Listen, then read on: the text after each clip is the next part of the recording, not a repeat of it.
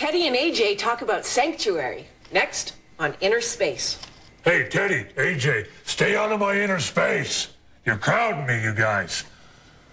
You're cute, but you're crowding me.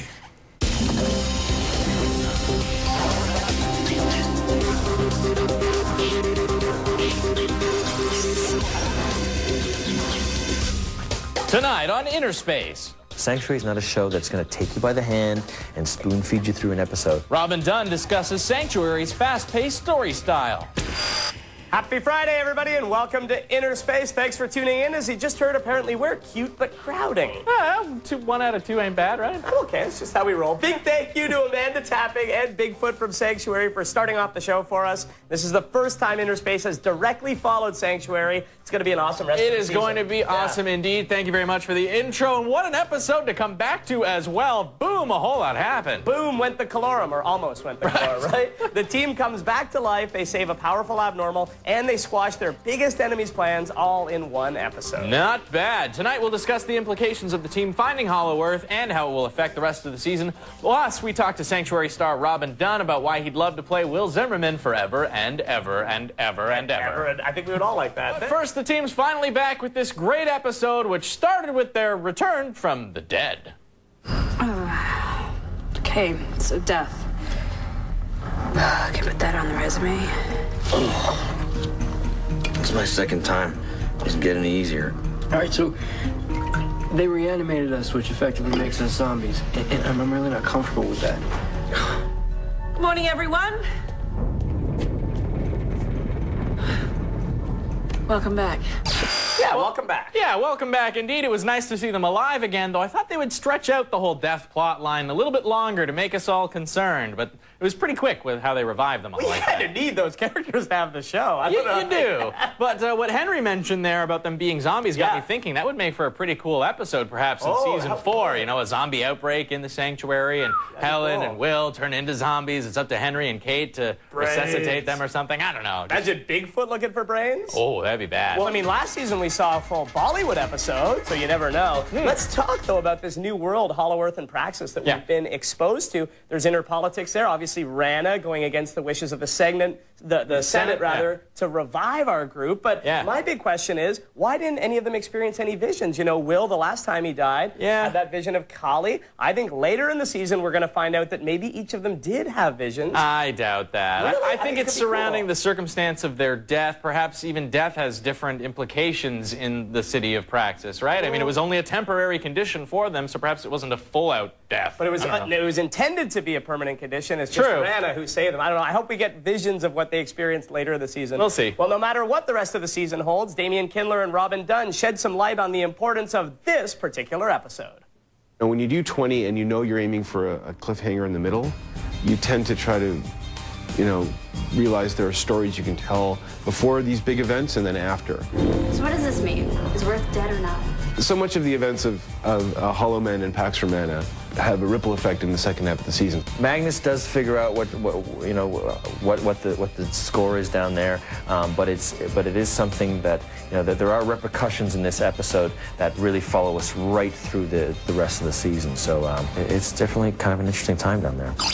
Always an interesting time with Sanctuary. Yes. Right? And I think one of these repercussions that we're going to feel later in the season, or more specifically one of these characters that we'll see resurface, is, of course, Druid, right? Oh, no doubt about that. What a scene where he's got the blood on his face. Oh, he looked like a slasher in, like, a horror movie. Yeah. Well, I guess he is a slasher. It's Jack the Ripper. He's the original slasher, yeah. I have a theory, though, about how we'll see Druid come back. May I? You may, so long as it isn't about building an army. Uh-oh. No, it's not actually in this case. I think, listen, we didn't see Adam die. I don't think he's dead yet. Druid has this force inside him. Adam has, in addition to an elevated level of intelligence, knowledge of this Hollow Earth and Praxis technology. I think there was a quid pro quo, a deal that went on. I think Druid said, if you can get this evil force out of me, I will let you go. I bet you he let Adam go, and Adam is going to resurface later. No way. Druid wouldn't trust Adam in that instance. Yeah, and he said before, when he let him go in the water back a few episodes ago before the break, he said, I can't let you live, and I think in this circumstance he didn't. But I will say that perhaps what he did was keep his brain on ice, or in some capacity, like in a jar or something like that. It's going to be like that bubbling brain in water. Yeah, because we did see Tesla read his brain waves before Adam's brain, right? Using that contraption a few episodes ago as well, so I think that perhaps he will utilize Adam's brain in order to gain the knowledge to get rid of the evil. So in part, I agree with your theory, but I don't think keeping Adam alive is a wise choice at all. After all he's done. How to extract his brain and hook it up. You just want to see that shot of the bubbling brain. He'll go to Tesla to get his help, but getting back to the main characters, no, we won't. While we were chatting with Robin about this season, he told us why he loves his character Will and the show so much. I would do Sanctuary for the next 15 years if I could. It's such a great job. I love the show. I love the character I get to play, and in speaking about all these episodes, I love being able to do all these different things, and I love how the creative team of the show really are committed to doing things different all the time. Sanctuary is not a show that's going to take you by the hand and spoon feed you through an episode. You're going to continue to find yourself going, wow, wait a second, where am I? And that's the beauty of Sanctuary, and certainly season 3 has a lot of that.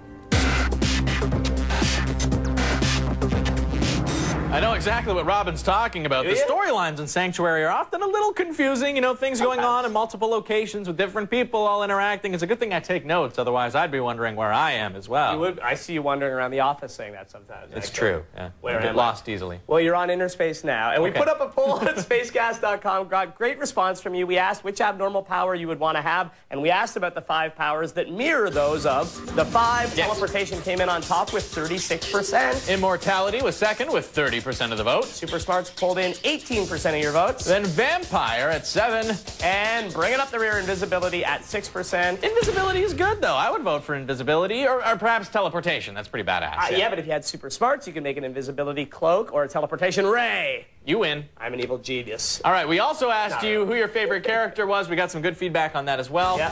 Henry wrote in and said, Henry, he's smart, loyal, and is always trying to do the best he can. Bit of a name bias there. Sarah said, I like Tesla. He's intelligent and funny. His character brings levity to some of the more serious moments. Henry is a close second, though, especially when working with Tesla. Nita Chan said Tesla, because he can be such a bitch. Well, but Dodd said Helen is smart, together, and compassionate, but the poor girl needs a night out. And, of course, Will. He's Helen's perfect counterpart. Jennifer tweeted, I like Will because of his humble charm and wit. And last up, Donna said, Bigfoot is my fave. He's so sensitive and cuddly. Ah, that's a great choice as well.